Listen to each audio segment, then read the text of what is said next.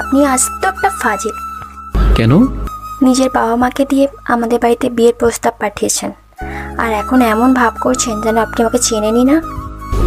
ও, আমার বাবা মা আপনাদের বাড়িতে বিয়ের প্রস্তাব নিয়ে গেছিল?